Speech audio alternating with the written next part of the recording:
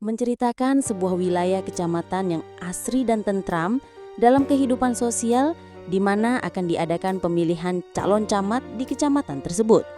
Namun di perkara itu, sesosok pria yang bernama Bapak Deto juga ingin mencalonkan diri menjadi camat di daerah tersebut. Saya selaku kepala desa di desa ini, saya sudah bosan dan ingin naik jabatan.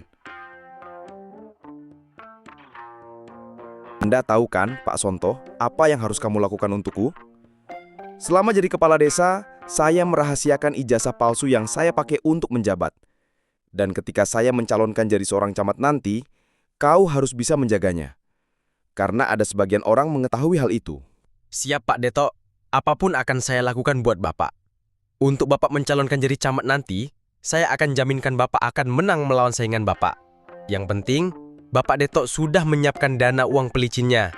Tenang saja, selama saya menjabat jadi kepala desa, semua uang bantuan dan dana anggaran lainnya sudah saya simpan ke rekening pribadi saya. Itu semua berhasil karena kamu juga Pak Sonto, si kepala kepolisian yang saya percayai. Bapak Deto tak usah khawatir. Saya jadi seperti ini juga bantuan Bapak. Kampanye para calon camat pun diselenggarakan dalam satu tempat. Dan para calon camat pun menyampaikan sietem strategi untuk tugas dan wewenangnya sebagai camat. Begitupun dengan Pak Detok selaku calon camat di kecamatan tersebut. Jika saya menang nanti, ada 7 janji saya kepada rakyat. 1. Memberikan dana bantuan 200 per bulan untuk warga miskin. 2. Pengembangan desa agar lebih baik. 3. Harga pokok dapur lebih murah. 4. Pengaspalan jalan di setiap pelosok desa. 5. Membuat jalan kehudanan yang tinggi agar warga yang berkebun di bukit-bukit diberi akses kemudahan dalam perjalanan. 6. Pajak kendaraan kita normalisir dari standar. 7. Pajak usaha kita matikan agar warga kita tentram. Percayalah, semua itu akan terlaksana jika aku menang nanti. Alah, gue udah tahu gayanya. Selama jadi kepala desa, dia juga berjanji seperti itu. Namun apa yang didapat oleh warga, sedikit pun gak ada. Gua nggak bakal pilih lo. Sekali penipu, ya tetap nipu. Dasar pembohong.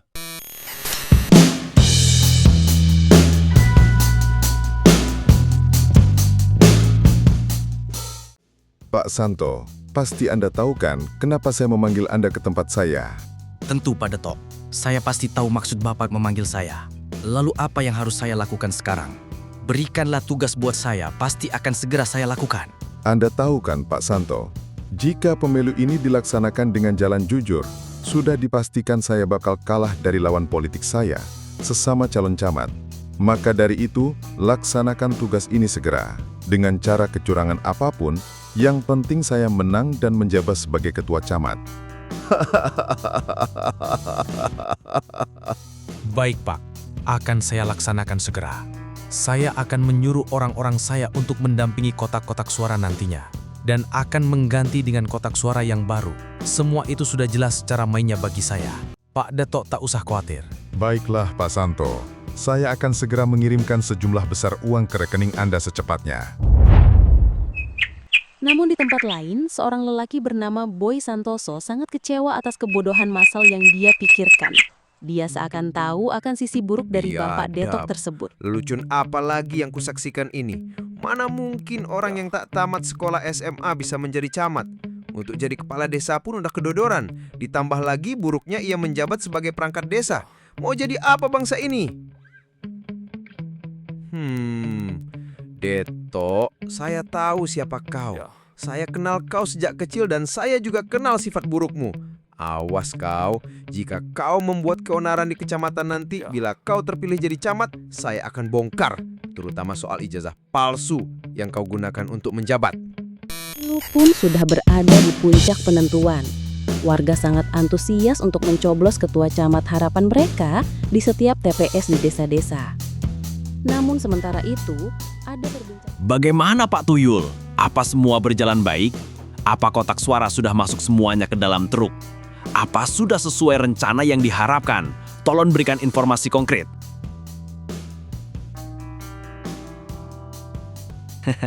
Semuanya berjalan lancar Pak Sonto.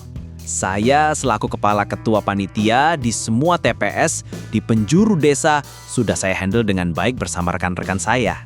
Ini bukan sekedar harapan besar padamu Pak Tuyul, tapi ini akan jadi kenyataan buatmu nanti untuk naik ke jabatan. Ingat, jika Pak Dewok menang jadi ketua camat nanti, semua mimpimu akan jadi kenyataan. Kamu akan diangkat menjadi sekretaris keuangan di kantor camat nanti, dan kamu bersama Pak Detok bakalan kerjasama. Iya Pak Sonto, terima kasih banyak atas kerjasamanya. Saya yakin setelah rencana ini sukses, Pak Detok akan menang dengan suara terbanyak. Lalu, bagaimana rencana kita selanjutnya Pak Sonto? Saya akan mengirim denah lokasinya ke WhatsApp kamu. Antarlah truk yang penuh suara rakyat ini ke sana. Saya juga sudah menyiapkan truk yang sama di sana. Bawalah truk tersebut, karena suara rakyat yang penuh dengan suaranya Pak Detok. Jadi hati-hati ya Pak Tuyul. Baik Pak Sonto, akan segera saya laksanakan.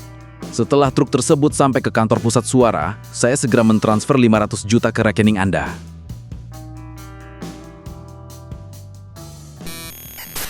Namun pada akhirnya Pak Detok berhasil menjadi ketua camat. Bukan menang karena suara murni dari rakyat, melainkan kecurangan yang dilakukan para antek-anteknya. Namun bagi Pak Detok, semua itu hanyalah hal biasa. Di lain sisi, warga yang tak percaya akan kemenangan Pak Detok sangat menaruh kecurigaan. Karena mereka yakin Pak Detok tak akan menang dari saingannya. Coba kamu lihat berita di sosmed ini. Bisa-bisanya si Detok ini jadi camat di daerah kita. Padahal semua orang dan warga beramai-ramai memilih lawan politiknya. Saya yakin pasti dia berbuat curang. Iya, saya tahu bre. Bukan kita saja, semua warga pasti berpikir begitu. Lihatlah bukti dia selama jadi kepala desa di suatu desa. Hancur banget kinerjanya, belum lagi korupsi dan mulut pembohongnya. Sementara di kantor camat, Pak Deto dan teman rekan kerjanya saling bercengkrama akan rencana Kami kedepannya. semua mengucapkan selamat buat Pak Detok sudah terpilih menjadi ketua camat di kecamatan ini. Dan saya pribadi juga sangat berterima kasih kepada Pak Detok yang sudah mengangkat saya jadi komisaris keuangan di kantor ini. Saya yakin untuk periode selanjutnya, Pak Detok bakal jadi wali kota. Nggak segampang itu jadi wali kota, Pak Tuyul. Semua butuh proses. Sebenarnya sih yang penting di negeri Konoha ini, jika ada duit banyak, maka bisa berkuasa. Betul kan Pak Sonto? Maaf Pak Detok, sedikit merevisi. Saya tahu uang akan berkuasa di negeri Konoha ini. Bukan kita saja, melainkan pejabat tertinggi pun pasti mereka menggunakan jumlah yang lebih besar. Tapi jika kita pandang ke belakang, apa nggak apa-apa Pak? Mungkin suatu waktu, contohnya dari warga berdemo atas kebijakan yang tidak kita patuhi. Maaf Pak jika salah. Sonto, Anda masih meragukan saya ya? Apapun yang terjadi, saya nggak bakalan takut Sonto. Jangankan manusia, Tuhan pun bakal saya lawan. Kalian pasti tahu rencana saya jadi camat kan? Maka dari itu, ikuti saja permainan saya sebagai camat. Soal uang, kalian bisa menikmatinya juga. Kalau ada macam-macam, kita kan tinggal habisin aja tuh orang. Turunkan Detok, sikat camat pembohong. Dasar pengkhianat, turunkan Detok dari jabatannya. Janji bohongnya udah keterlaluan. Hancurkan. Si Dotok emang sialan banget gak sih? Dia memang raja pembohong. Sudah 1 tahun menjabat, jadi camat. Mana janjinya bantuan 200 per bulan buat warga miskin? Sampai pajak usaha dimatikan, gak ada satupun prestasinya. Kalau mati, mau jadi apa tuh orang? Kalian pasti tak percaya. Si Dotok itu pasti ijazahnya palsu untuk menjabat. Saya yakin dia itu tidak tamat SMA. Mustahil dia punya ijazah kuliah. Saya doakan saja nanti ada orang baik yang bakal ngungkapin ijazah palsunya. Kita semua udah dibodohi. Waduh, jika itu benar, betapa bodohnya kita sebagai warga. Masa kita dipimpin sama orang yang tak berpendidikan? Pantas kinerja sangat buruk dan tak ada. Namun, sayangnya warga kok diam saja atas kebohongan janji yang dia buat ya? Yang saya khawatirkan, setelah dia korupsi malah memanipulasi pajak kayak pejabat tertinggi Konoha sekarang. Ada kabar baik Pak Camat. Uang anggaran untuk rakyat miskin yang sudah kita data sebulan kemarin udah masuk lagi Pak. Belum lagi berupa bansos dan uang anggaran APBN lainnya. Bagus Pak Tuyul. Cukup Anda transfer saja seluruh uang itu ke rekening saya. Nanti akan saya kasih untuk Anda, Sonto, dan rekan lainnya. Tapi ingat Pak Tuyul, jaga rahasia ya. Lapor Pak Camat. Maaf, gawat Pak. Sepertinya nama Anda sudah dicoreng oleh warga. Menurut survei dari anak buah saya, dimanapun mereka berada, nama Anda selalu disebut atas sebuah keburukan. Saya jadi khawatir sama Anda Pak Camat. Apa yang seharusnya saya lakukan? Berikanlah tugas. Sonto, Anda tak usah khawatir. Tak perlu Anda hiraukan. Biarkan hewan-hewan itu menggonggong. Bagiku, mereka hanyalah kecoa. Kalau mereka mencoba melawan, toh kita tinggal kasih semprot racun saja kan? Sebaiknya kita duduk dulu sambil diskusi, biar pembicaraan kita lebih afdol. Sonto, saya punya rencana besar kali ini. Anda tahu kan Pak Sonto, negara kita ini lagi musim naik pajak. Apapun dipajak. Jangankan tanah, kendaraan, musik di kafe-kafe pun sampai kena pajak royalti. Jangan-jangan sebentar lagi suara kentut pun dipajaki. Gimana kalau kita manfaatkan situasi ini biar kita makin untung? Kita bilang saja semua ini kebijakan negara. Terus, bagaimana caranya Pak Camat?